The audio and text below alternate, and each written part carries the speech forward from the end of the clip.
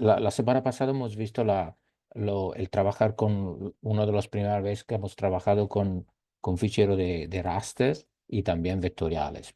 Entonces, los comandos de GDAL te permiten trabajar con los comandos de raster, que se trabajan con raster. Entonces, si le das a GDAL y luego con el tab puedes ver todos los comandos que tenemos en la virtual machine, ¿vale? Estos son lo que tienen PI, son escritos en Python. En vez de estos son escritos, lo que no tienen nada, son escritos en C++. Entonces C++ es mucho más rápido de GDAL, de aquello que están escritos en Python.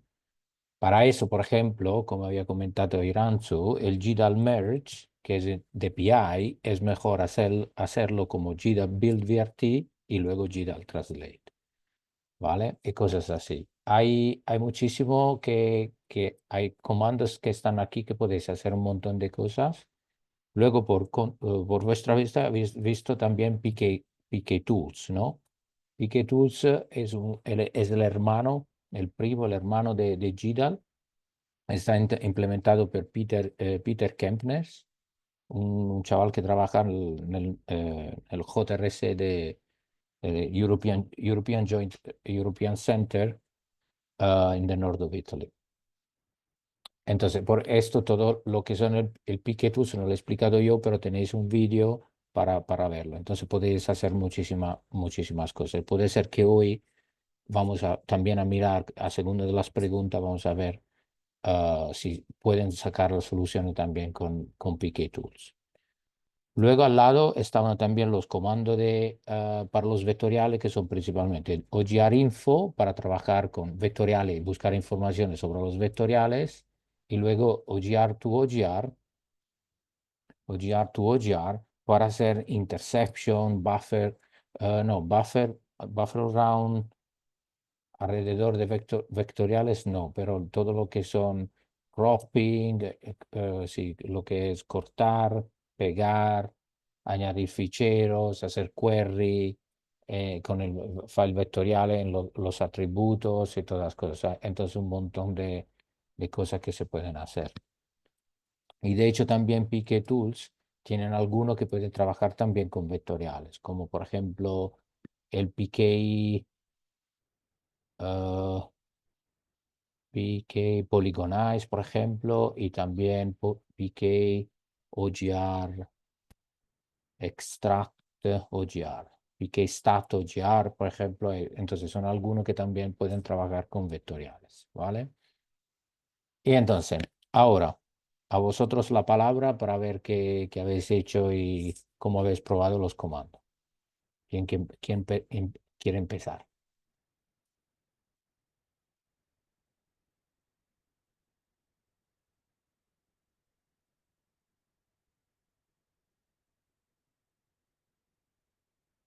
Pablo.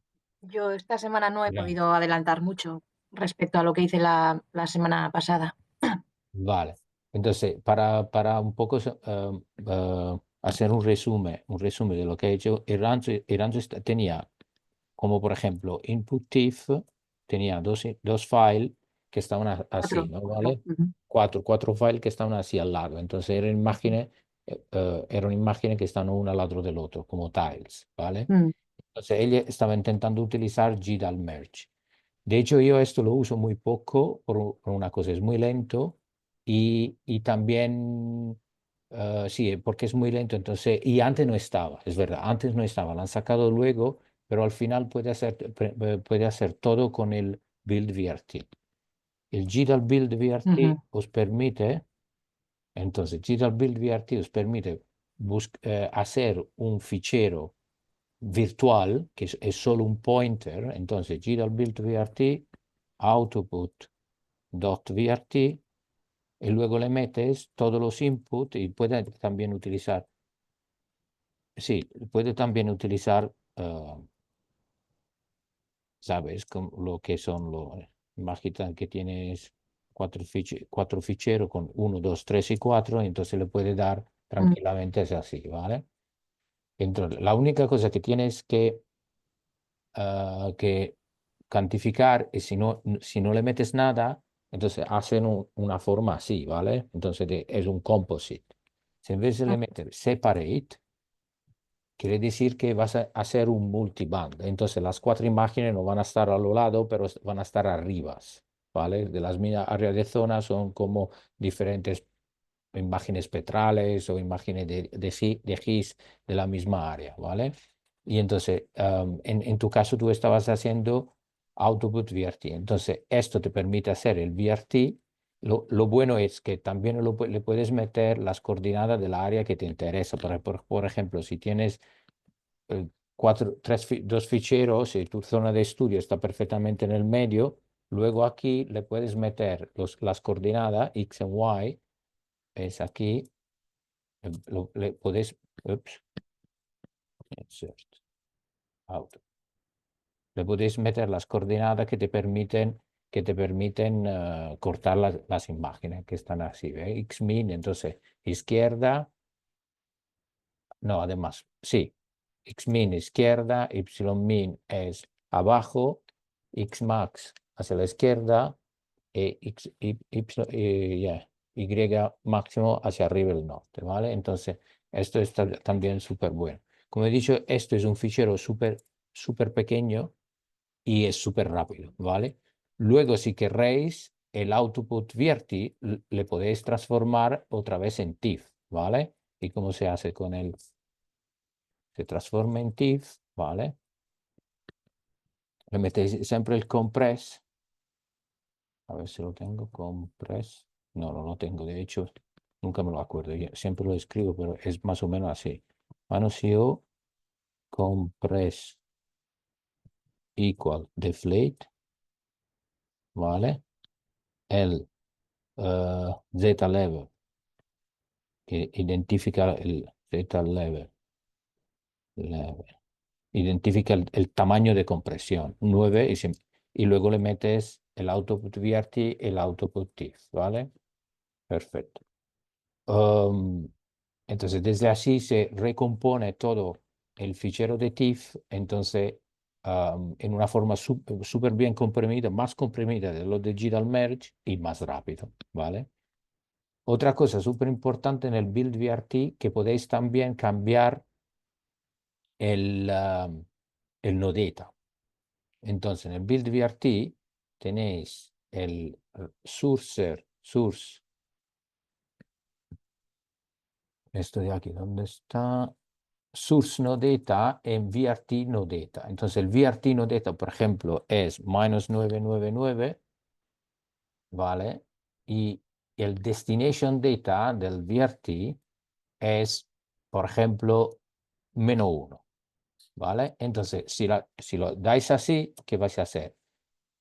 Vale, ahora me da este error porque no tengo ahí. Entonces, cuando luego voy a hacer esto, todos los valores que eran como -999 se van a convertir en -1. Todos los píxeles, todos los píxeles se van a convertir en -1. Entonces, esto os permite también, sí, os permite cambiar el valor de píxel por lo que es el nodeta, ¿vale? Siempre cuando tenéis un fichero, acordáis siempre un fichero de TIFF que el nodeta, el label de nodeta, espera que busco un fichero, find, también este es importante, find, dash name, dot TIFF, find, y lo buscamos en la O, ¿vale? Entonces, el primero que me sale. Entonces, siempre cuando tengo un fichero, el no data que me sale, vale, por ejemplo, aquí, sí, no data value, esto no data value igual 0. No quiere decir que hay píxeles que tienen valor 0. Esto que veis aquí es solo un labeling, ¿vale? Entonces luego tenéis que mirar las imágenes y buscar si tiene 0, por ejemplo. Esta de aquí, a ver cuál es, OpenEV. La podéis abrir con OpenEV y vamos a ver si tiene 0 o no, ¿vale? Puede ser que esto es también un 0. Vamos a ver, vamos a ver. Le hago un git al info, menos, menos, menos, y busco el valor mínimo es 1, ¿vale? ¿Por qué? Porque si hay píxeles que son 0, no entran en la estadística, porque están labeled como no data, ¿vale? Y entonces, por ejemplo, hay PK, PK, PK Start, que es un PK Tools. PK Start te permite identificar, va a leer todo, ¿vale? Va a leer todo, también los no data, los píxeles que tienen no data. Por ejemplo, me dice que son no hay. Entonces puede ser que no hay. Puede ser que no hay píxel en esta imagen que son 0, ¿vale? Que todo está cubierto con números diferentes de 0, y esto que es solo el label identifica el labeling, no me dice nada de píxel. Por ejemplo, otro súper bueno de PK es PK histogram, hist, ¿vale? Entonces, ¿esto qué me hace? Me hace un listado de todos los píxeles que tienen un valor y el número del píxel y cuánto píxel hay. Esto es un histogram, ¿vale? Un histogram de las imágenes. ¿Habéis visto súper rápido? Cuidado que me mete también, cuidado que me mete también, es un número continuo de integer, y me mete también cuando no hay píxel, que hay 0. Pero nosotros, ya que sabemos cómo trabajar con esta situación, si queremos quitar esto 0, ¿cómo hacemos? Pregunta para todos. Esto Con es un, AWK, ¿no? sí, también, pero además aún más rápido es el grep dash v, que dice avoid, ¿no? Avoid sin contar el 0, ¿vale? No, no, me parece que excluding 0. Y además excluding, espacio y luego 0, ¿vale? Y entonces ahora me está haciendo, no, al revés, entonces v, perdón. Bien, entonces ahora que me ha hecho, me ha quitado todos los números que tenían 0, ¿vale? Entonces, como podéis ver, es un histograma, y es un histograma y puedo mirar también la parte superior con add.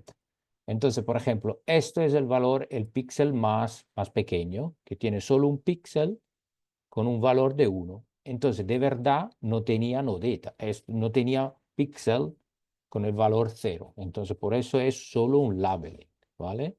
Y aquí podéis mirar, por ejemplo, que esto es vale, tiene un montón.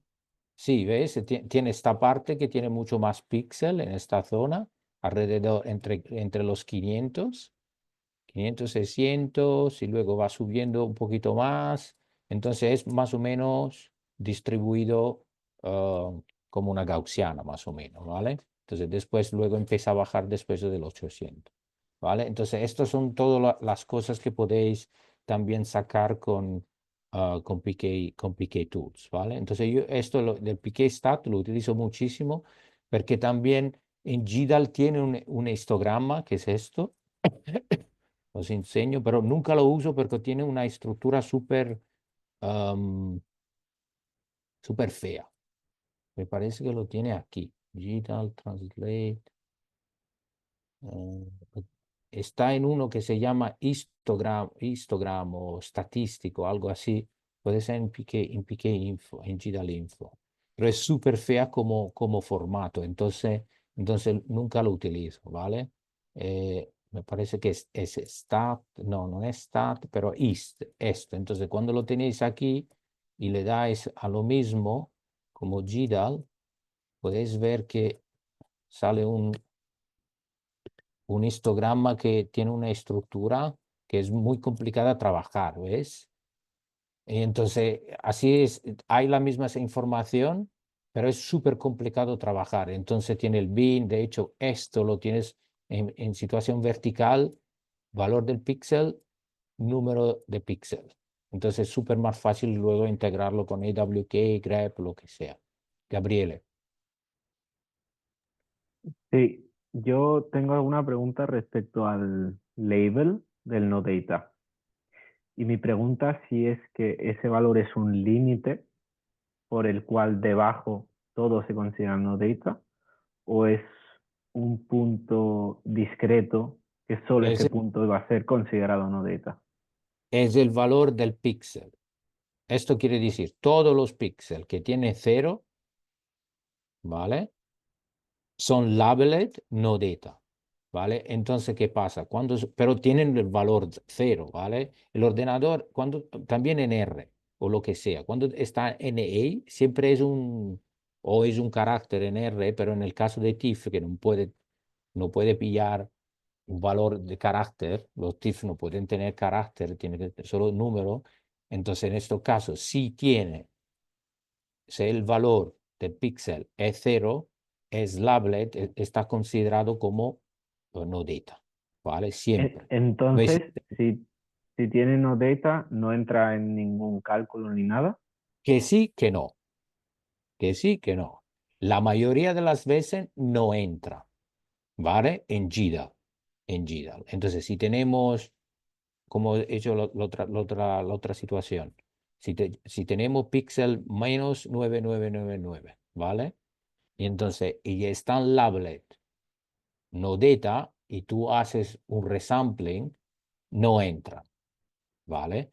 Pero si tú el no data no lo tienes labeled como -99, no, lo tienes labeled como 0, entonces en este caso el -999 en el resampling te van a afectar los bordes de donde están estos píxeles, ¿vale? Entonces siempre que tiene que estar cuidado con esto labeling. Por ejemplo, PK Tools a veces lo lee, a veces no. La mayoría de las veces lo lee, pero siempre tenéis que estar cuidado con esto y siempre hacer un poco de reverse engineering, ¿no? Para ver cómo el software se está comportando, ¿vale? La mayoría de las veces lo leen automáticamente. Por ejemplo, importáis datos en GRASS, en R también, me parece también en Python donde hay TIFF que están labeled no data y automáticamente te lo convierten en NA, todo lo cero, ¿vale? En GRASS también, en GRASS se llama null, pero es siempre NA, ¿vale? Entonces en R, en NA, entonces es un poquito más fácil, si lo tenéis todo claro, es más fácil verlo, ¿vale? Saberlo. Perfecto. También cuidado cuando abréis una imagen que está no data en QGIS, se pone todo blanco y cuando pincháis en no data no sale el número, sale no data como valor del píxel, pero no es verdad, ¿vale? ¿Os acordáis? A ver si se lo tengo en la memoria. QGIS. Me parece que era esto. Vale, pero ahora no estoy ahí. Entonces, control find.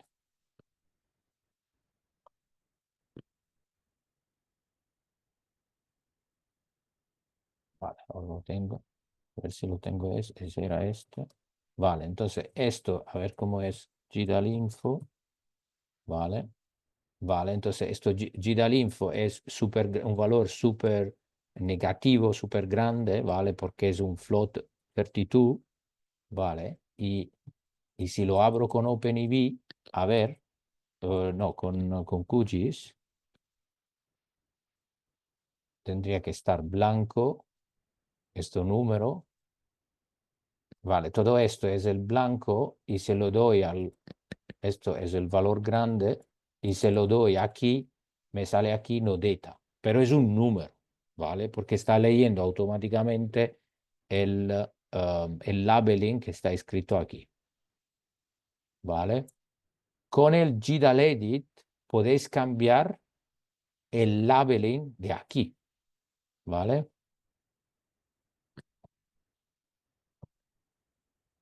Con el GDAL Edit, a ver si se cierra esto, sí. Con el GDAL Edit,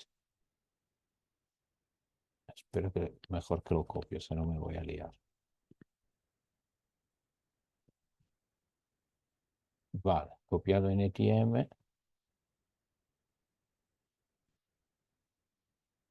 Con el GDAL Edit una de las funciones que tiene es también cambiar el no data, pero no los píxeles, ¿vale? El labeling.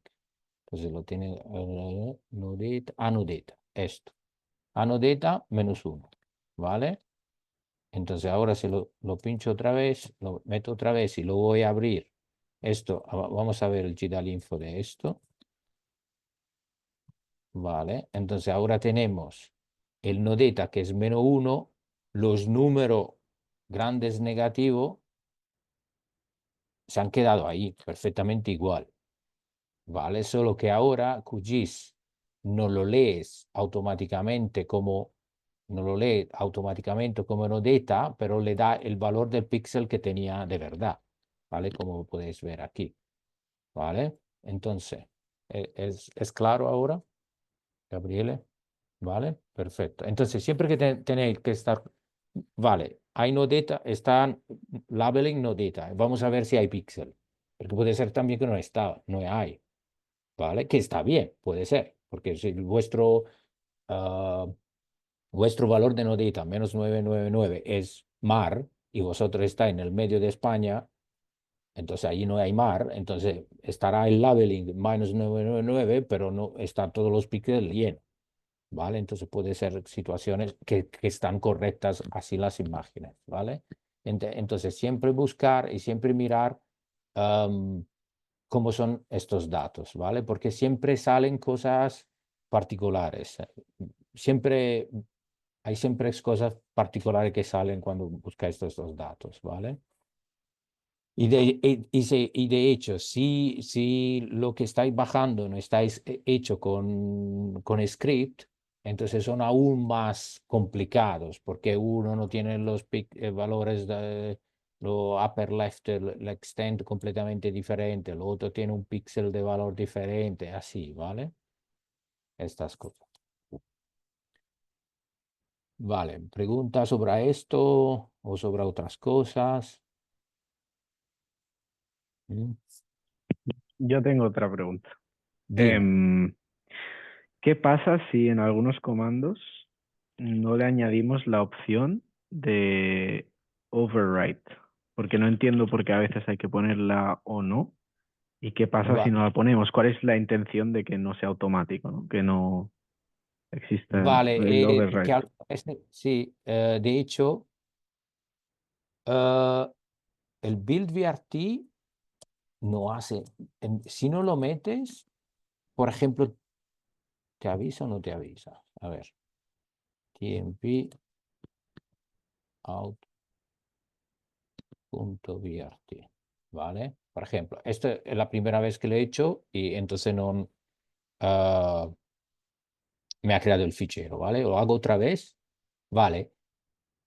En estos casos es muy particular porque te arranca otra vez el fichero, pero no te lo va a cambiar, yo pienso. ¿Vale? Le podemos, no te dice tampoco te dice el, vamos a ver, si le damos así y le damos LL, a ver los horarios, 17:25, si esperamos un poco, y entonces la mayoría de las veces hacen el overwriting sin avisar. El único que avisa, que me acuerdo, es el GDAL Warp, que siempre te avisa, ¿vale?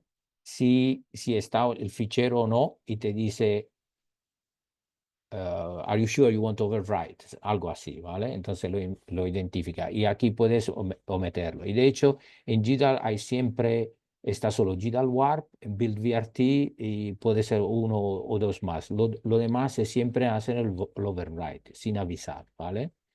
Y de hecho, por ejemplo, ahora, si sacamos otra vez, vamos a ver el date. Vale, ha pasado 26. A ver si lo arrancamos otra vez esto. Y vamos a ver si la ha cambiado o no. Vale, sí. Entonces ahora aquí, vale, ha hecho el override sin avisarte. Pero de verdad no tendría. Porque aquí lo tendrías que meter override. Vale. Entonces, ahí tienes siempre que mirarlo cómo está hecho el software por dentro y luego con un poco de experiencia te acuerdas cómo se comporta el comando. todos los comandos de bash, otra vez, el 99% de las veces te va en overwrite sin avisar, ¿vale? Y entonces, cada vez que te sirve, tienes que guardarte el fichero con otro nombre o moverlo en otro folder y arrancar otra vez el, ah, sí, el comando, ¿vale? ¿Qué más?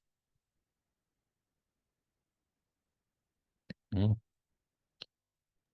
¿Alguien más? Giuseppe, una Sí, cosita. En mi máquina virtual no tengo instaladas las herramientas de PK Tools. Cuando le doy a PK y Tab, me aparecen 9 herramientas así, pero no tantas como tienes tú. ¿Tengo que instalar perfecto. algo más? No, porque puede ser que no hay, sí, puede ser que cuando habéis hecho la instalación, En aquí, principio ¿ves? tengo todo instalado, tengo también el clonado, el guitar, o sea, todo eso ya lo Vale, no hice, pasa pero nada. Porque esto puede ser que no has hecho correr el comando de el último, ¿vale? Pero esto está también, lo podéis hacer a lo mismo. Muchos comandos, por ejemplo, no muchos comandos. En particular, el PK Tools está implementado en el Ubuntu gracias a nuestras clases, ¿vale? Porque siempre lo utilizaba yo, entonces luego le pregunté al Ubuntu Master de insertarlo directamente en el apt-get. Entonces ahora, si buscáis en apt-get, entonces si hacéis apt-cache, ¿cómo es? Un segundo. apt-cache search. No, no, al revés. apt search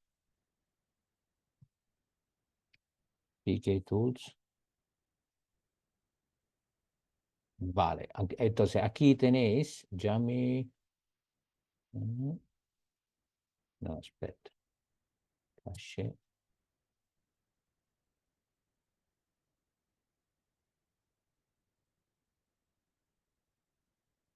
search.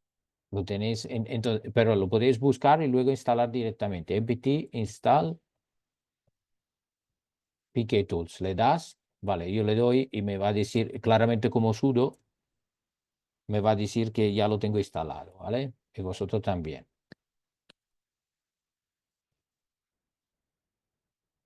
Vale, por ejemplo, un segundo, user.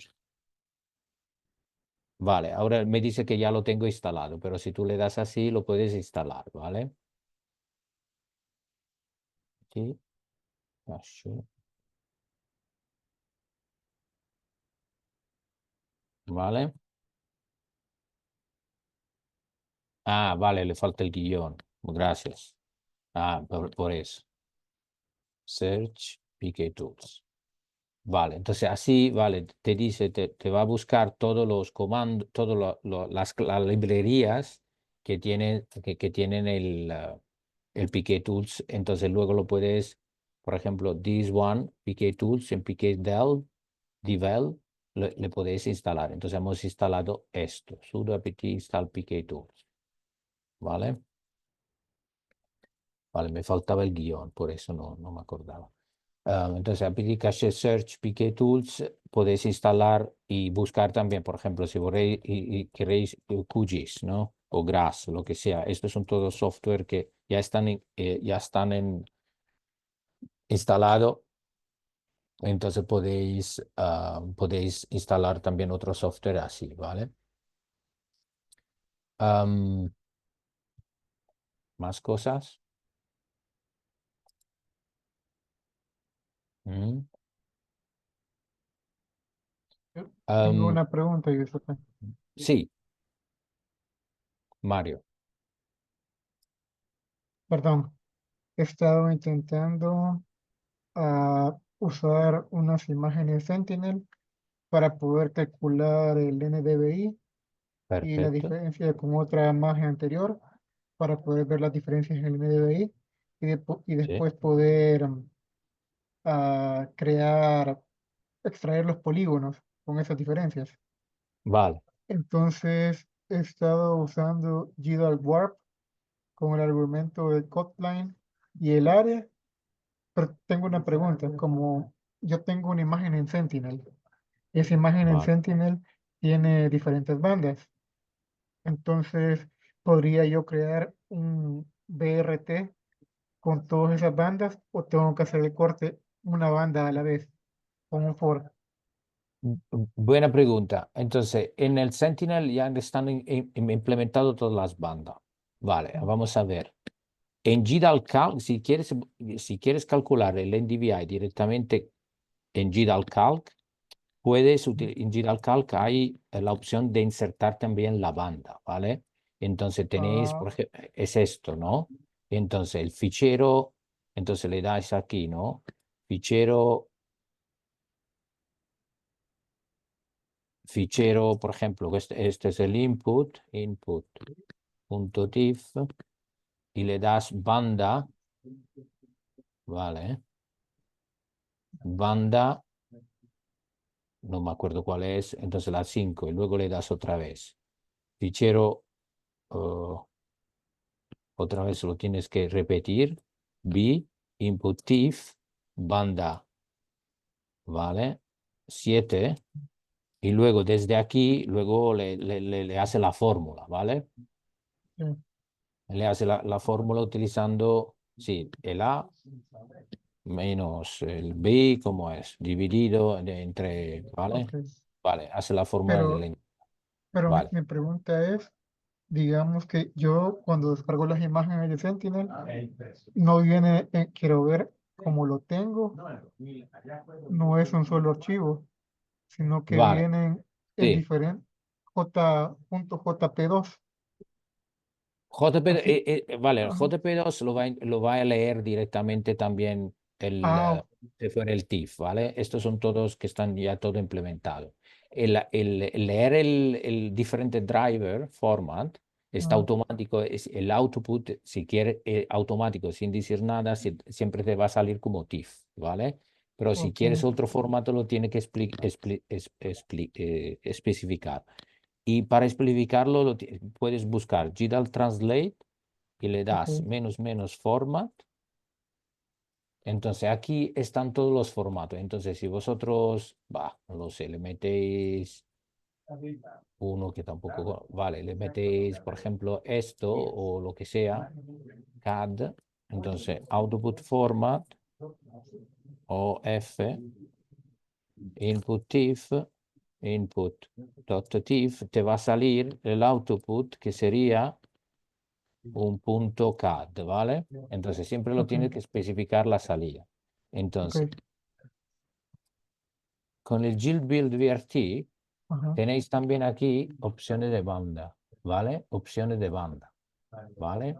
Entonces, ¿qué pasa? Si banda, yo pienso que esto identifica que podéis hacer perfectamente igual. Entonces, si tenéis dos...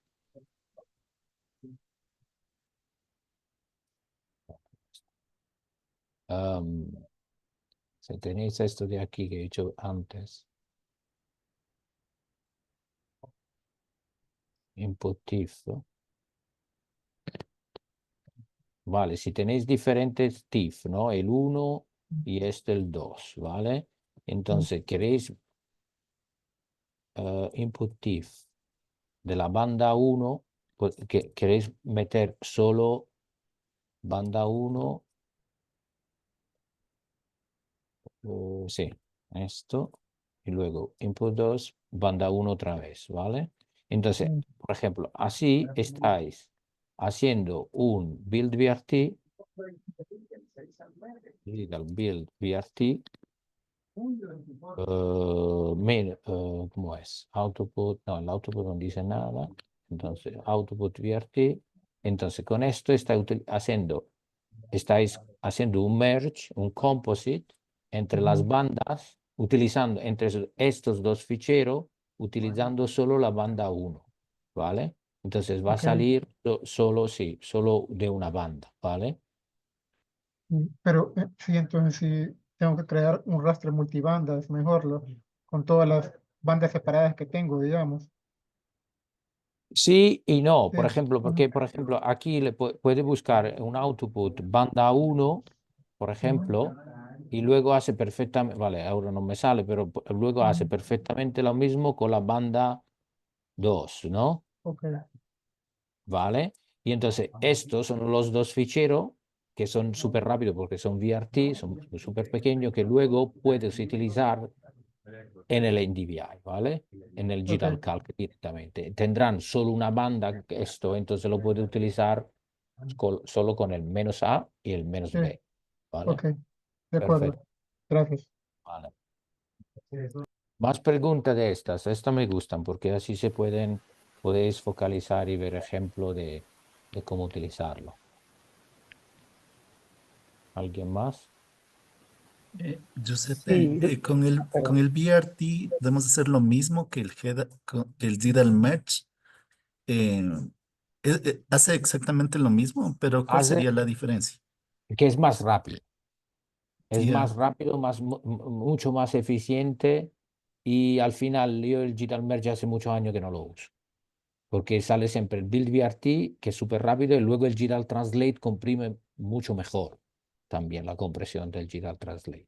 No sé por qué, y además porque el Digital Merge es súper lento, ¿vale? La única Ujú. cosa, una cosa que tenéis que tener en cuenta cuando hacéis el merge de esta situación, que las bandas están así, ¿vale? Están ¿se ve? Poco. A ver, le meto una negra. Que están, no están, que están en overlapping, ¿vale? Están así las bandas que están en overlapping. El Digital Merge y el Digital Translate pilla solo la primera. O la primera o la última, ¿no? Nunca me acuerdo, cada vez la tengo que mirar. Pero me parece que es la primera, ¿vale? No hace ninguna media entre la zona de overlapping. En vez con el Piqué Composite podéis elegir también si pillar la más alta, la más grande o la más pequeña o la media entre los dos, ¿vale? Entonces es súper más eficiente, ¿vale? En estos casos, por ejemplo, cuando hacéis y esto es súper importante saberlo, cuando hacéis el Build VRT y también luego el Digital Translate, todo que es no data se queda transparente, ¿vale? Entonces, si tenéis aquí entre la zona de overlapping, tenéis algún no data, se va a pillar el valor que está por debajo. Es transparente, ¿vale? Lo podéis imaginar como transparente, entonces, sí, el valor del no data en una zona se va a pillar el valor del otro. Entonces, a veces puede servir, cosas así, ¿vale? Y otra pregunta, ahí, por ejemplo, cuando quiero hacer una composición de bandas, composición me refiero, por ejemplo, a banda uno, entra banda 2, banda 3 en el mismo espacio. Ahí sirve el VRT. Y cuando quiero hacer mosaico, por ejemplo, tengo esta composición que le pasa así, luego hago una segunda así, luego una tercera así. ¿Qué comandos utilizaría para hacer una composición y qué comando Vale, utilizaría para hacer un mosaico? perfecto. Es perfectamente igual de esta, ¿vale? Pero cuando es vertical tenéis que meter separate, ¿vale? Cuando es así, separate porque te identifica la separación entre las bandas, ¿vale? Entonces esto te va a salir un input de dos bandas, porque tienes un fichero aquí de una banda, otro fichero aquí de otra banda y aquí estarán dos bandas, ¿vale? En vez, si vosotros no tenéis el separate, ¿qué va a pasar? Que tenéis solo una banda. Va a salir solo una banda y entre estas dos, si están en overlapping, están en overlapping así, es la primera, y si es transparente, si hay datos, no datos, píxel con no datos, se va a pillar también el píxel del valor por debajo, ¿vale? Entonces tenéis siempre que hacer prueba y luego utilizar QGIS para ver si ha salido bien lo que querréis, ¿eh? Siempre un poco de reverse engineering. Gracias. Vale, súper bien, Pablo. Sridhar, antes habías levantado la mano, ¿vale? ¿Verdad? Me Sí, pregunto. sí. Algunos de los ficheros grandes tienen un GCP, un Ground Control Point, y hay algunos comandos de GDAL que se puede Leer. crop el imagen solo porque ahora uso SourceWin para cortar la imagen. Sí. Pero Pero hay algo automático que se puede cortar con uno de los GCPs. vale, esto lo ¿Entiendes? tendremos, lo tengo que mirar. El único comando que puede leer en auto, como primera cosa, te sale cuando haces GDAL info. Se hace un GDAL info del comando del fichero GDAL info. Te sale algo escrito como las coordenadas de estos puntos. Vale. Entonces, si te salen, puedes hacerle una búsqueda para crear una variable. ¿Vale? Imagina que, espera, QGIS. Vale, esto.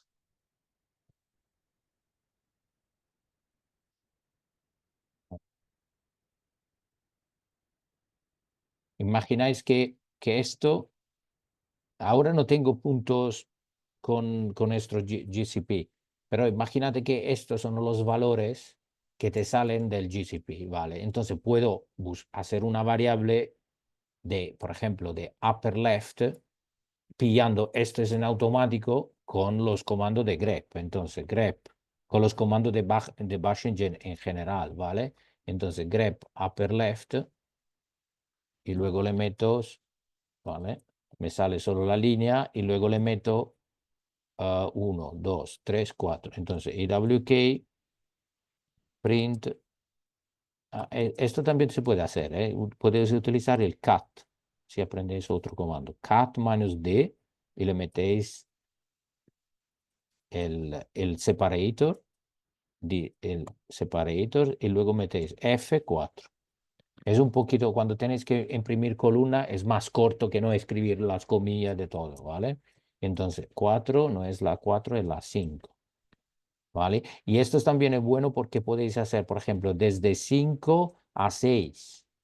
Y entonces lo podéis hacer también con AWK, pero es un poco más largo escribirlo. Entonces, cuando son solo buscar columna, seleccionar columna, es más eficiente utilizar cat por el hecho de escribirlo. Entonces, con la 5, ¿qué era? La 5, me sale la 5 4 D, 5. Vale, es la 5, ¿vale? Entonces, esto puede ser que es la 29, entonces ahora tú tendrás una variable que se llama upper left equal y le das el comando. Entonces, luego tienes que hacerte el script, ¿vale? Para hacer un cropping, ¿vale? Con ground to control point. El único que tiene algunos comandos que yo sepa es el GDAL Warp para hacer warping. Hay alguna imagen que ya tienen implementado dentro los control points, ¿vale? Y con esto se van a leer los warp. Lo he hecho algunas veces, hace mucho, y entonces aquí tendrás uno que se llama GCP, a ver si lo veo. ¿Lo veis vosotros? Crop, catline, order. Me parece que era en GDAL Warp. Lo utilicé una vez. Puede ser que es también en otro comando. A mínimo GCP esto, ¿ves? GPC tolerance, esto, ¿ves? Con esto puedes leer el ground to control points. Pero de verdad hace mucho que no lo uso, entonces tendría que mirar cómo lo hice y para qué, ¿vale? Esto puede leer las cosas, pero tiene que estar, puedes mirar, ¿vale? Puedes mirar cómo se usa. O si Vale, no, gracias. si quieres compartir el archivo, podemos probar eh, juntos Sí, a trabajar. el fichero es un giga. Ah, vale, vale. Entonces tardamos un poco Sí, a compartir también, cargar. no sé cómo. Vale. ¿Qué más preguntas? ¿Mm? Vale. ¿Y alguno de vosotros también ha trabajado con esto, ¿vale? Con el gsim file. Aquí, si vais a las clases del año, no del año pasado, del verano pasado, sí, de la spring, del pasado, tenéis diferentes soluciones de cómo trabajar con el gsim data, ¿vale? Muchos de vosotros habían hecho looping through each file, ¿vale? Para hacer lo que había que buscar los ficheros, hacer 3 columnas, así. Pero de hecho, en AWK podéis leer los ficheros todos juntos, como si fuera un grande fichero. Tenéis muchos ficheros que son todos iguales, entonces podéis meterle el asterisco, entonces esto se queda como un fichero súper grande que incluye todo, y luego podéis trabajar con AWK con todos los ficheros, ¿vale? No hace falta hacer looping. ¿Acordáis? Y también eso vale también por otros comandos. Si tenéis mucho, queréis hacer un grep y tenéis mucho txt, grep, no sé, casa o tif, y lo hacéis así, os va a pillar todos los tif en todos los ficheros. Entonces, lo bueno es que no hace falta hacer looping, porque los loops no son eficientes, ¿vale? Entonces, si hay trucos para evitarlos, mejor, ¿vale? Entonces, con esto, estas eran las soluciones más eficientes.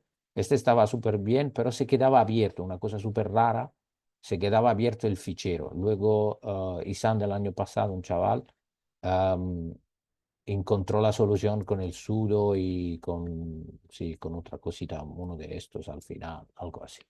Entonces, si queréis, podéis leer otra vez la instrucción y probar estos 4 ficheros, ¿vale?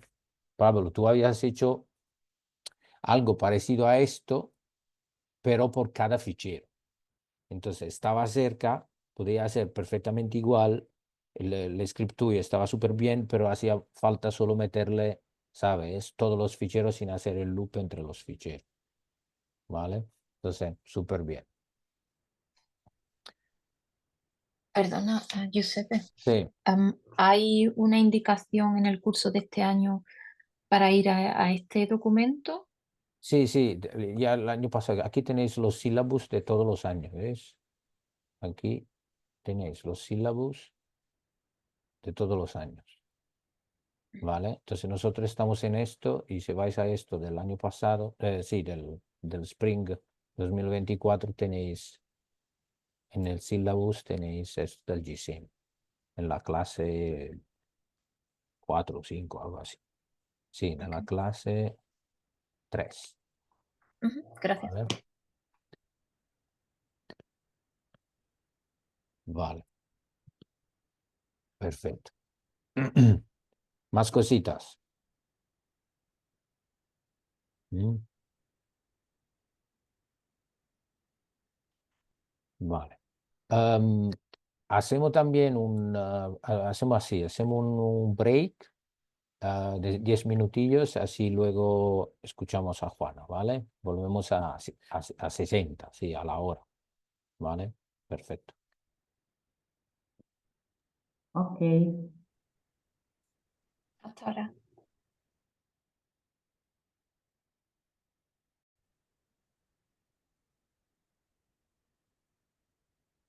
Vale, perfecto, se ve súper bien. Ok. Vale, vale, voy a presentar Juana, ya la conocéis a Juana. Juana ha hecho la misma clase de vosotros, pero con el módulo también de Machine Learning el año pasado. Y ahora va a presentar su estudio que le ha permitido también de acabar el doctorado, ¿vale? Vale, a ti la palabra, Juana. Ok. Sí me escuchan todos, ¿verdad? Listo, ok. Bueno, sí, ya para qué presentarme. Todos me conocen, Juanita. Bueno, como dijo José, sí, este estudio que coincidió con el curso que él dictó también el año pasado, es parte del trabajo de doctorado de uno de los casos de estudio, sobre todo de parte del análisis dentro de mi doctorado de investigación. Yo soy doctor en investigación en ciudades y paisajes. Entonces, eh, el ámbito en el que me desenvuelvo es ese, ¿no? Y una de las interacciones que se buscaban identificar era precisamente cómo los factores ambientales inciden dentro del entorno construido, ¿no? Para este caso, bueno, propuse en el doctorado hacer un análisis del impacto de estos factores urbanos en el microclima de la ciudad de Matera, en Italia, donde estaba realizando mi doctorado. Para tener una idea de qué son las islas de calor urbano, para las personas que no conocen este ámbito, seguramente todos hemos escuchado sobre el tema de calentamiento del clima urbano, los microclimas urbanos y las afectaciones que tienen. Como doctoranda, como investigadora, mi idea era precisamente conectar cómo las interacciones de los factores climáticos, del entorno construido y también de la morfología física de la ciudad de Matera, que es una ciudad bastante particular, incidían sobre el clima urbano de la ciudad, ¿no? Esta gráfica representa una evolución de cómo el análisis de las islas de calor dentro del contexto urbano ha ido evolucionando hacia los factores o hacia los conceptos de sostenibilidad, ¿no? Ya que la incidencia de las islas de calor urbano al interno de una ciudad genera obviamente un aumento en el consumo de energía por el tema de refrigeración del espacio, confort térmico, incide dentro de la salud de las personas, ¿no? Una elevación también de los contaminantes atmosféricos y de las emisiones de CO2 en el ambiente, ¿no? La ciudad de Matera, para tener una idea de qué contexto de ciudad estoy hablando, que no es una ciudad, diría, común, no es para nada común. Matera es una ciudad bastante particular, ¿no? Primero es una ciudad neolítica, ¿no? Y aún conserva sus construcciones históricas, la arquitectura hipogea, que es lo que se llama una arquitectura excavada.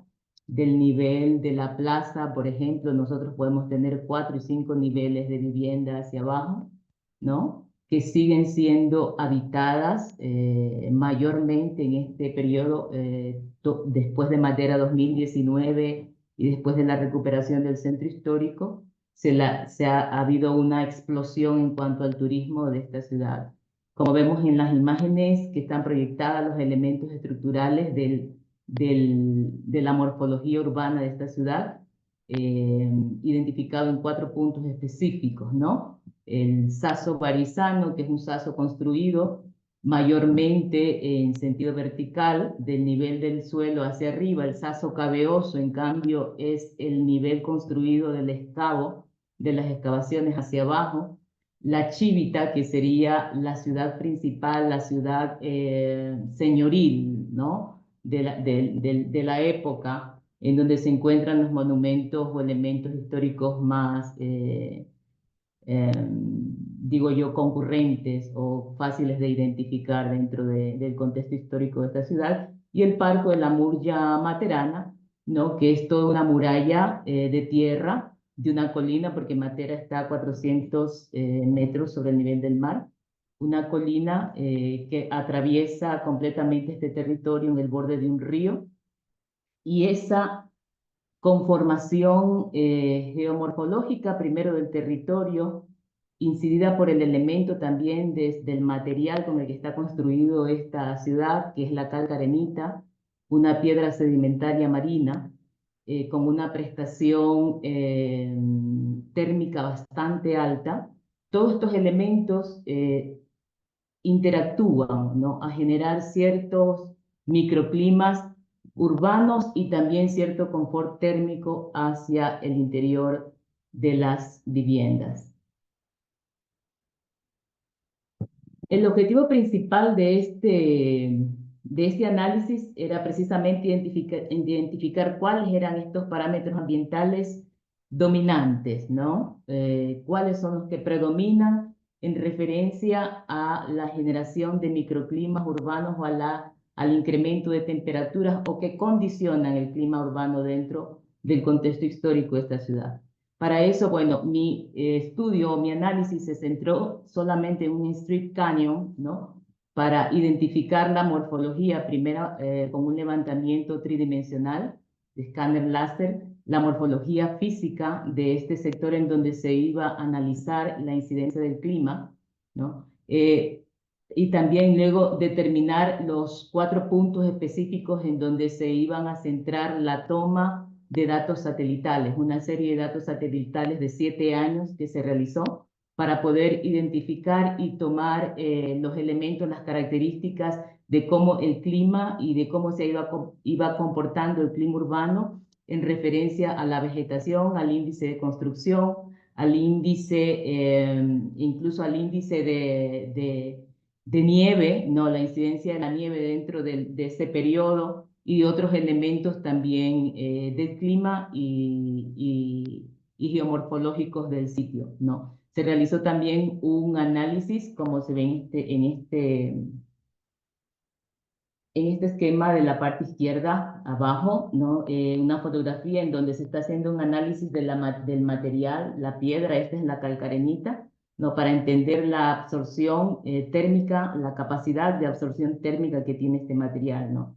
Y cómo interactúa con el clima urbano y cómo relaja, entrega el calor y también cómo lo retiene. No, porque es muy curioso en Matera, por ejemplo, vivir en las partes excavadas. Yo viví primer año viví en un departamento que era dentro de los excavos, ¿no? De la parte excavada. Y el confort térmico de ese departamento es completamente diferente al del edificio en donde me encuentro ahora. Por ejemplo, dentro de ese excavo, en invierno, la temperatura nunca bajó de los 19 grados. Es decir, tiene una retención de calor bastante alta que acumula y luego en invierno te permite tener un confort térmico. Y el efecto contrario lo genera en el verano. Afuera puedes tener una temperatura de 40 grados en la plaza, pero sin embargo dentro del excavo llegas a 24, 25, 26 grados internamente. Entonces, ese comportamiento térmico obviamente incide en el clima urbano, pero que también se ha visto afectado en esta fotografía que está a la derecha, en la parte de abajo, si ustedes pueden ver, estas son las cisternas que están construidas en la ciudad de Matera, en la parte excavada. Son cisternas de almacenamiento de agua que conducen las aguas lluvias actualmente en la ciudad, que tienen más de 25 metros de altura, ¿no? Estas cisternas tenían una función específica en esa ciudad antigua, que con la reconstrucción ha sido un poco afectada y obviamente ha alterado el confort y el confort térmico del ambiente urbano, mas no precisamente de los excavos construidos. ¿Cuál era la idea dentro del trabajo de ya yéndonos, después de esta parte introductoria, yéndonos hacia el trabajo del curso de geocomputación que realicé? No soy una geógrafa, como le dije a José, ni me dedico al tema, pero tenía mucha inquietud de poder entender estos conocimientos dentro de la aplicación, es decir, cómo pueden ser aplicados hacia lo que yo estaba haciendo en ese momento y hacia lo que actualmente también me dedico. Entonces, establecí una metodología bastante simple para el desarrollo de la actividad del curso, que está en 4 fases, ¿no? La metodología de análisis que se empleó, bueno, la primera parte, limpieza y análisis exploratorio del trabajo, es decir, de los datos, el entrenamiento del modelo Random Forest Regression y la simulación de escenarios luego y una visualización de resultados. ¿Cuáles fueron los parámetros ambientales que identifiqué? Como dije inicialmente, el índice de vegetación de diferencia normalizada, porque la vegetación tiene que ver mucho con el ambiente urbano, como lo sabemos. El índice también de nieve de diferencia normalizada, porque queríamos entender cómo se comportaba ese deshielo y cómo incidía también en el periodo del paso del frío hacia el calor, el clima de la ciudad, El índice de diferencia normalizada también de urbanización, porque siendo una masa, es decir, de ciudad, no es la ciudad nueva, en donde tenemos los edificios, en donde está toda una estructura, ya una malla de ciudad bastante trazada, bastante jerarquizada, estructurada, sino que estamos hablando de una masa que ha sido tallada prácticamente, en donde se ha construido. Entonces, la densidad de la edificación dentro de Matera, en su centro histórico, es muchísimo más grande y significativa que la densidad construida en la ciudad nueva. La temperatura interior, la humedad relativa interior, la presión interior, la temperatura externa, humedad externa, presión externa y la absorción térmica de la calcarenita. ¿No? En esta gráfica del lado derecho es más o menos un esquema que se utilizó en la parte general del trabajo. Usar el modelo Random Forest. Bueno, primero este modelo permitía combinar múltiples variables, ¿no? Es un modelo que combina un árbol de decisiones bastante grande, ¿no? Para poder mejorar una precisión en cuanto a los resultados y a los datos. Me permitía manejar relaciones no lineales, precisamente, por ejemplo, entre el índice de vegetación y el índice de construcción, que no son variables necesariamente lineales, ¿no? Me permitía también identificar los factores claves, es decir, porque mi intención era conocer cuáles eran los factores claves o, por ejemplo, las variables que determinaban y condicionaban el clima urbano. No necesariamente pueden ser los árboles o la cantidad de vegetación que tengamos. Puede ser la temperatura externa, la humedad relativa externa, puede ser también la morfología física de la ciudad. Entonces, poder entender dentro de eso, dentro del análisis, para mí era obviamente necesario, ¿no? Y bueno, los resultados de este modelo ofrecen precisamente una predicción clara en cuanto a las métricas relevantes dentro del análisis. Estos son unos screenshots del cuaderno de Júpiter, pero que igual, es decir, si más adelante puedo hacerlo rodar un poco el cuaderno para que se lo pueda ver completamente, pero para las diapositivas hice simplemente fotografías específicas de los pasos que se fueron realizando, ¿no? La importación de librerías y la configuración del estilo de gráficos, luego cargar los datos y la limpieza de esos datos, luego dividir ya el conjunto de datos, el 80% para pruebas, el 20% para rodar el modelo, y la creación y entrenamiento y evaluación del modelo, que también realicé para obtener las métricas específicas con las cuales se iban a realizar los siguientes análisis, ¿no? El primer análisis que realicé, precisamente la importancia de las características, es decir, en este análisis contribuye con cada variable predictora, es decir, cuáles son las variables que predicen el modelo, eran la temperatura externa y la humedad externa. Estas dos variables, de acuerdo al conjunto de datos que estructuré, ¿no? Y también al perímetro de estudio, porque, es decir, si amplío el perímetro y si amplío también el conjunto de datos, seguramente van a salir otros factores que también pueden ser importantes dentro de las características que determinan y condicionan el modelo, ¿no?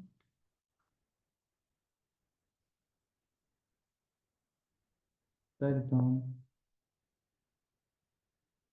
Me he ido muy abajo. Ya.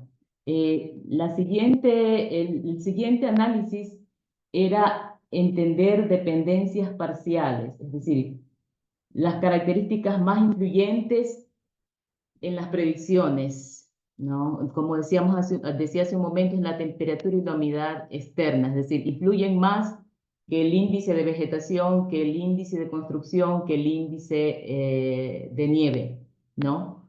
Y esto se puede observar en los 3 primeros gráficos de la parte superior, donde las líneas son planas, ¿no? Estos índices no tienen incidencia, sin embargo, el aumento en positivo y en negativo de la temperatura externa y la humedad externa ya sugieren otros criterios de análisis, ¿no? El impacto del enfriamiento evaporativo, como decía hace un momento, en áreas con mayor humedad, en donde se concentran mayor humedades, es decir, y también el posible enfriamiento de estas áreas en las zonas húmedas. Estas dependencias parciales muestran cómo una o varias variables influyen en las predicciones del modelo, ¿no? Otro análisis realizado era la variación temporal de las variables externas, es decir, ver cómo se ha ido comportando la temperatura y también cómo se ha ido comportando la humedad durante los años que se hizo el monitoreo, ¿no? Del 2016 al 2022. Para poder obtener, por ejemplo, tendencias, ¿no? Tendencias, validar el modelo, la planificación estacional, la relación urbano-climática, es decir, el poder luego interpretar los resultados de estos análisis, para qué me servía o para qué pueden ser útiles. Es decir, la idea de analizar estos datos es poder tener elementos sobre los cuales tomar una decisión informada para la elaboración de políticas urbanas, por ejemplo, para poder entender en dónde y cómo se deben realizar las intervenciones dentro de una ciudad, ¿no? Cuáles son las áreas más afectadas dentro de una ciudad en referencia al clima y qué cosas o qué parámetros están incidiendo dentro de ese clima que se está generando y que está afectando ciertos sectores. Y por último, el último análisis era la correlación entre variables, es decir, poder entender si había una correlación, ¿no? entre estas variables. Este análisis refuerza que las condiciones externas como temperatura y humedad son los principales factores. Los índices ambientales, aunque importantes en otros análisis, tienen un menor rol, ¿no? El mapa de correlación identifica asociaciones claves positivas y negativas. Luego de esa parte del análisis, fui hacia la parte de simular escenarios, ¿no? Una vez que entendía el comportamiento del modelo y lo que permitía realizar, planteé realizar 2 escenarios, ¿no? 2 escenarios que puedan darnos una idea un poco más específica sobre políticas o sobre acciones que se podían tomar, que era lo que se necesitaba proponer como resultado del trabajo, ¿no? La primera simulación de escenarios se basó precisamente en una visualización del impacto del índice de vegetación y la absorción de la cal arenita en la temperatura urbana, ¿no? Y la segunda visualización es una visualización 3D del impacto del índice de vegetación también entre la absorción de la arenita y la temperatura externa, ¿no? En las islas de calor urbano. La primera gráfica precisamente es una simulación que relaciona estos índices con la temperatura predicha, es decir, con la predicción que se obtuvo inicialmente, y muestra una mínima variación simplemente en la temperatura, sugiriendo que el índice de vegetación tiene poco impacto. En cambio, en la segunda, la absorción del material, que es en una muestra que se realizó, y la temperatura externa afectan directamente la temperatura predicha, es decir, en cuanto más alta es esa absorción y mayor y existe una ausencia en cambio del índice de vegetación, hacia arriba se tiende la temperatura a ser más alta, ¿no? Existe una relación, una correlación entre estos aspectos, ¿no? En la parte de la visualización en 3D se pudo obtener una mejor observación de cómo esos tres aspectos pueden relacionarse. El segundo escenario, en cambio, era un impacto del análisis normativo en la temperatura predicha, siempre del lugar de estudio. Poder analizar, poder simular el impacto que las normativas tenían, ¿no? Subrayando precisamente la necesidad de políticas integradas y personalizadas para mitigar las islas de calor urbano. Entonces, aquí se simularon normativas en la temperatura predicha, se optimizaron también las temperaturas predichas, ¿no? Analizaron también ya específicamente en el Street Canyon de estudio y también se analizaron las temperaturas predichas en cambios horarios, que es la última gráfica, ¿no? Los escenarios horarios, en donde las temperaturas variaban más en referencia a los otros horarios. Las últimas gráficas representan ya prácticamente un análisis de llevar esas temperaturas, ¿no? Ese resultado de temperaturas, ese resultado del estado del clima urbano hacia un plano de ciudad, ¿no? En un área mucho más grande, obviamente, del Street Canyon, porque las resoluciones, obviamente, solo para el área del Street Canyon no generaban ninguna diferencia de temperaturas específicamente, pero ya el análisis colocado en un plano superior de ciudad empieza a ver cómo nos da datos que pueden ser un poco más de valor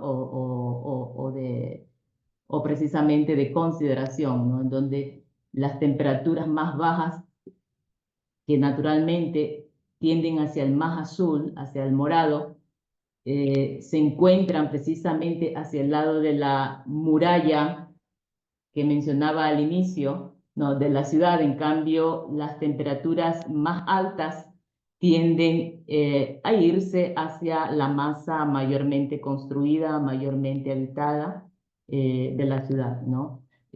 Permiten identificar obviamente cuáles son las áreas de la ciudad que podrían estar experimentando un clima urbano más de control, de verificación, y por ende, seguramente si estos datos se cruzan luego con consumo energético, saldrán relaciones de cuáles son las áreas de las ciudades en donde el consumo energético tiende a aumentar y en qué periodos del año. Entonces, este análisis espacio-temporal, ¿no? del clima te permite obtener obviamente ciertos aspectos y ciertos elementos e información de base para poder entender el comportamiento también del consumo de los recursos, porque mi tesis de doctorado se basaba en el análisis del metabolismo urbano de una ciudad en Galápagos, en las Islas Galápagos en Ecuador. Entonces, entender el flujo de la materia y la energía era importante para entender también el consumo energético dentro de ese contexto. Y en el caso de madera, entender a nivel de espacio y de tiempo el comportamiento del clima también otorgaba y permitía entender cómo se comportaba el flujo de energía en referencia a consumos y a variaciones de acuerdo a los periodos del año, ¿no? En el tiempo. Bueno, esta es la misma gráfica, un poco simplemente más acercada, ¿no? Con una resolución ya implementada prácticamente en el plano donde es la ciudad, ¿no? Nuestra área de estudio es precisamente esta de aquí, ¿no? Esta de aquí es nuestra área de estudio. Esta es la plaza principal de la ciudad. Hacia acá la masa construida de la ciudad aumenta y por ende, obviamente, se ve ya un comportamiento distinto de la temperatura. En cambio, hacia acá la construcción empieza a ser hacia abajo, ¿no? Y de frente lo que tienes es precisamente la muralla esta, de, del parque de la Murgia Materana. Conclusiones del análisis. El análisis integra varios factores, ¿no? Claves: el entorno construido, la morfología urbana, los materiales locales, como la calcarenita, los datos climáticos, que te permiten estudiar y entender cómo se comporta el clima urbano, ¿no? Existen aportes claves dentro de estas conclusiones, como los factores ambientales y materiales, cómo se vincularon los índices, el modelo que nos permitió obtener, pero también oportunidades en la mejora, en la validación adicional que se pueden realizar o en los datos más detallados, o simplemente integrar una mayor cantidad de datos para tener una resolución mucho mayor de la problemática o del análisis de estudio, ¿no? Y las aplicaciones de este análisis precisamente están en referencia hacia la conservación del patrimonio, ¿no? Hacia las políticas urbanas que tienen que nacer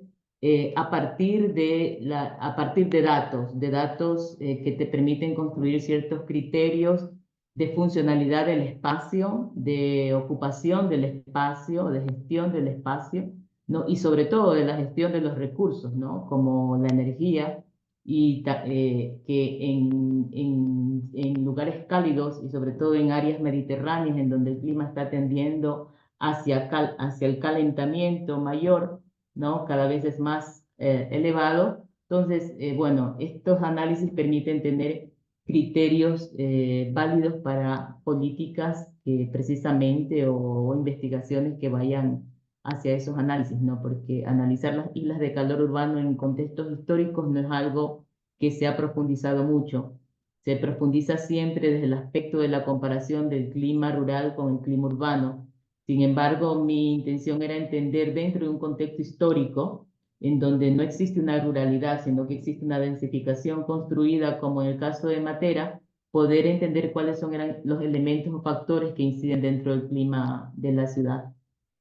Bueno, yo he concluido aquí. No sé si tienen consultas, preguntas que quieran realizar. Vale, Juana, muchas gracias. Una presentación muy clara. ¿Algunas preguntitas por lo demás?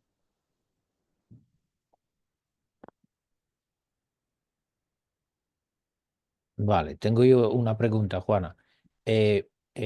Tú has dicho, me parece que has dicho que la response variable era el clima urbano, ¿no? Sí, Puedes, el clima urbano calculado, medido como qué, como temperatura.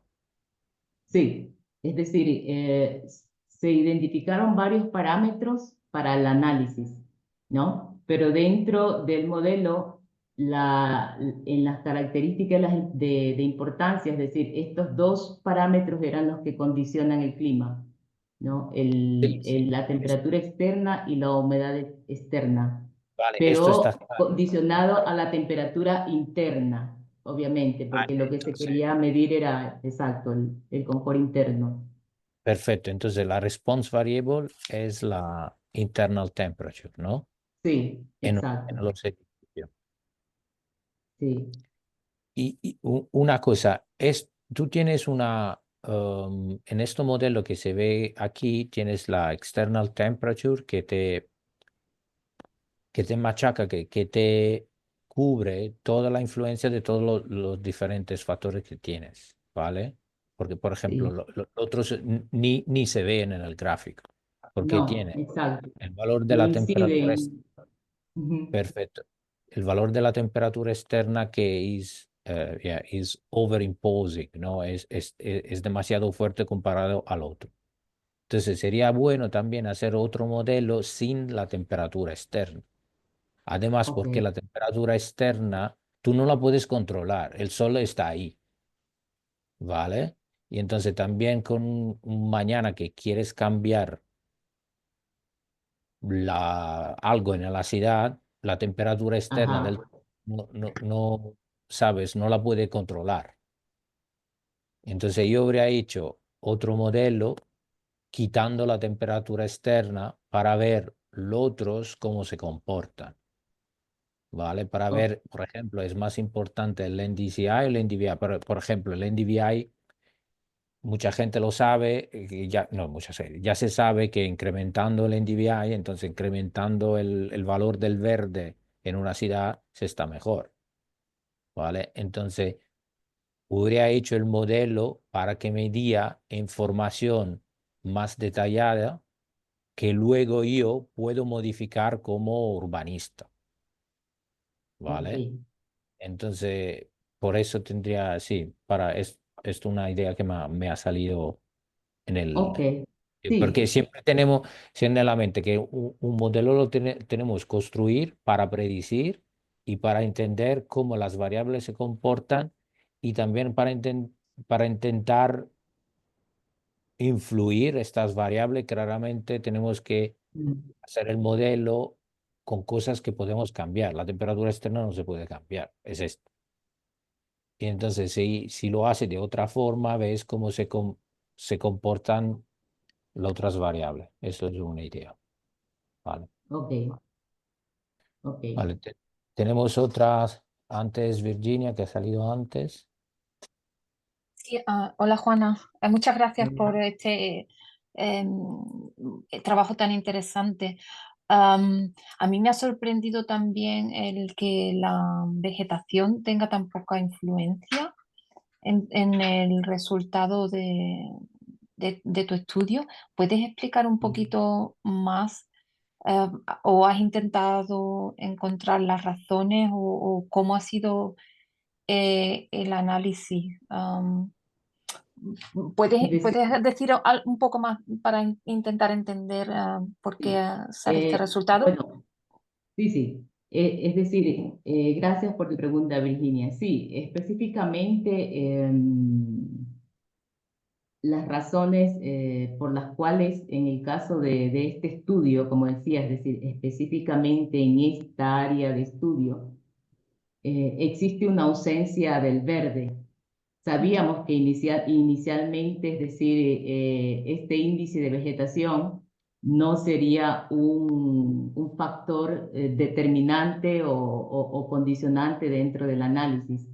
Más sin embargo, lo decidí integrar precisamente para poder evidenciarlo dentro del trabajo que realizaba, ¿no? De cómo la ausencia del verde, según incide también dentro de esta sensación térmica del espacio urbano, porque como decía José, si bien es cierto, yo no puedo cambiar la temperatura externa, pero sí puedo incidir dentro de la sensación térmica si utilizo ciertos elementos. Entonces, el verde seguramente ayuda, aunque no necesariamente es una relación lineal, es decir, justo hace un par de meses salió un estudio publicado en Nature de un arquitecto físico al que sigo, que es de la Universidad de Australia, y ellos han hecho una investigación de mucho tiempo en donde han analizado este tema del verde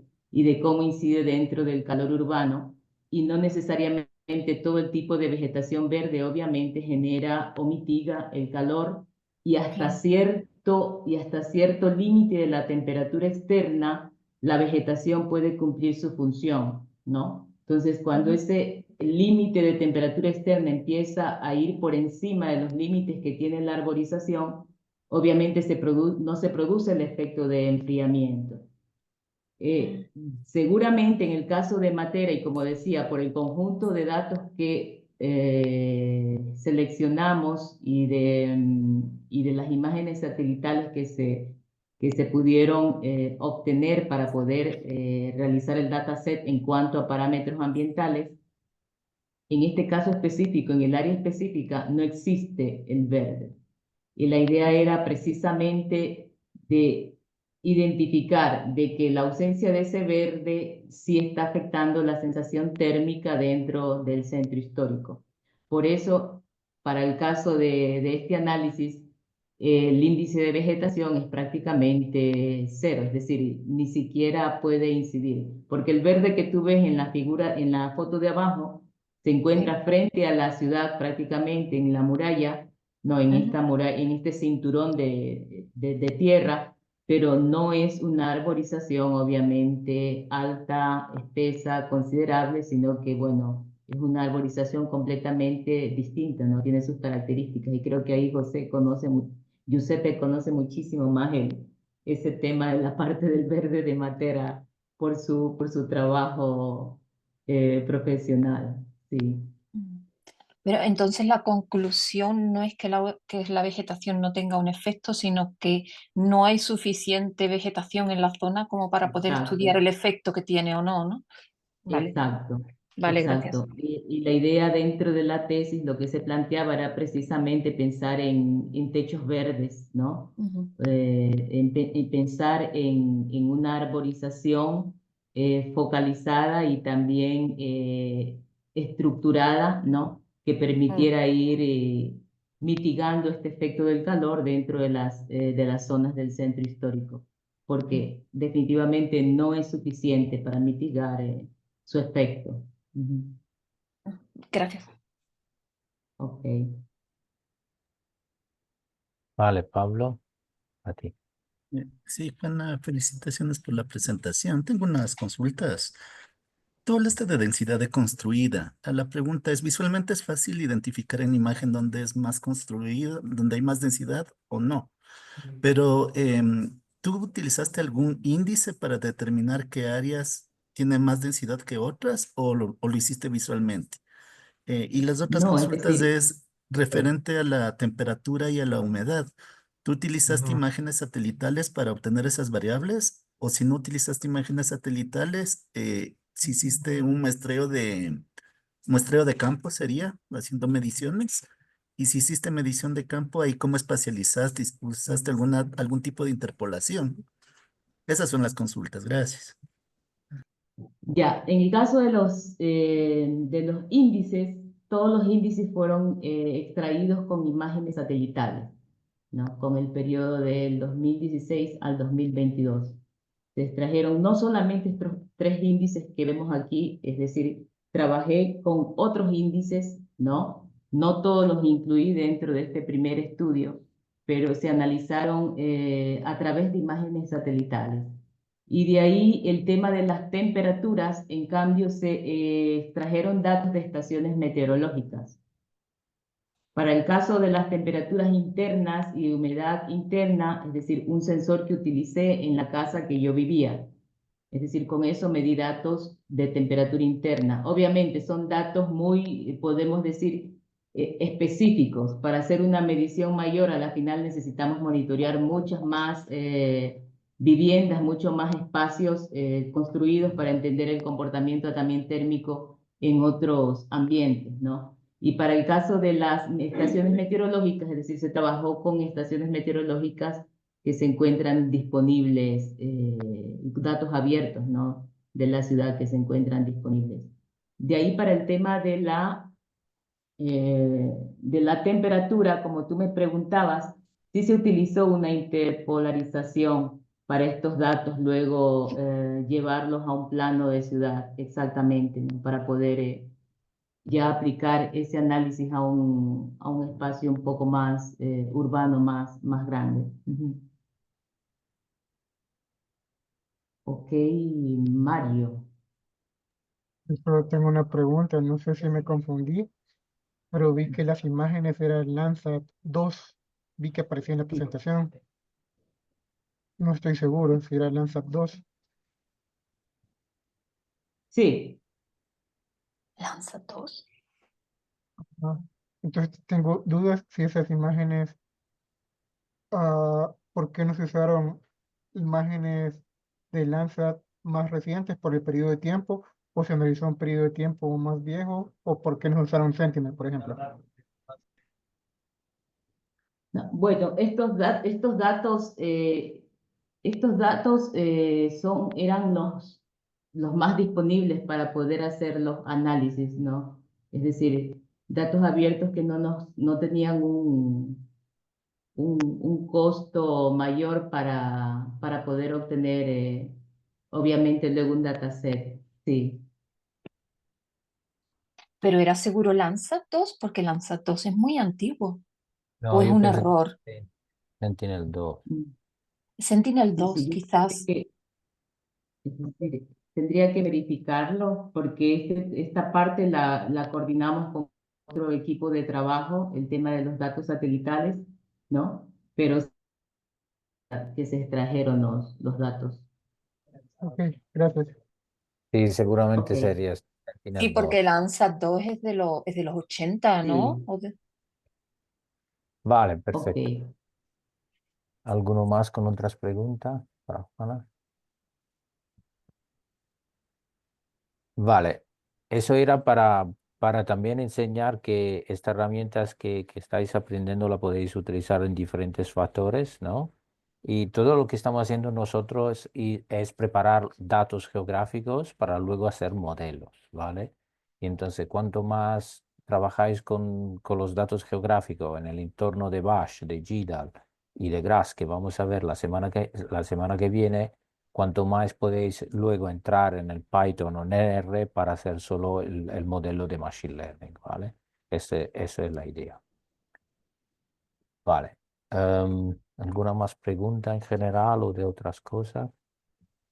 No, Yo a mí me tengo... gustaría... ah, Ah, perdón, perdón. no, dale, dale.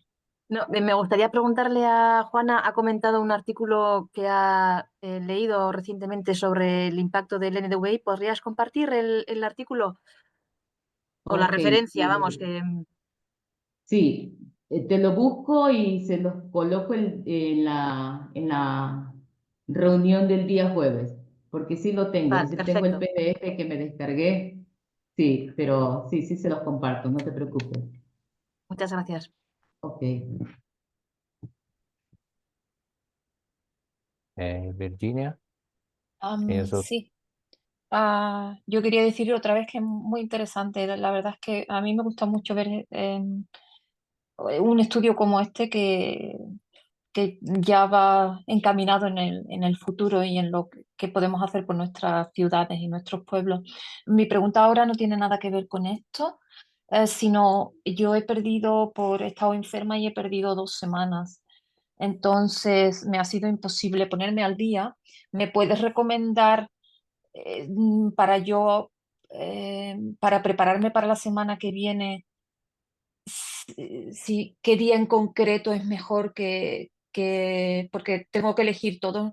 He intentado ponerme al día, pero tengo mucho atraso con el trabajo. Entonces, ¿hay algún tema en concreto de los que hemos dado que me convenga para poder la semana que viene aprovechar más?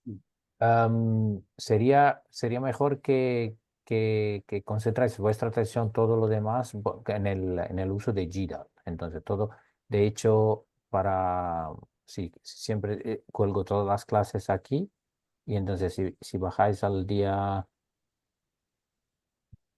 vale, esto, desde el día 3 de diciembre, aquí tenéis la recording. Ok.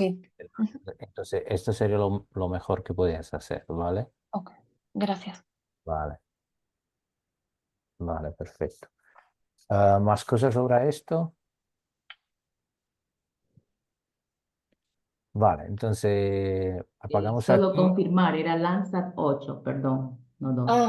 Vale, Lanza. gracias. Ok. Vale. Sí, he cometido un error ahí en el esquema. Sí, sí. Bueno, perdón, y esa es una pregunta también. ¿Por qué se usó Landsat y no Sentinel o no había disponibilidad de Sentinel para ese periodo de tiempo?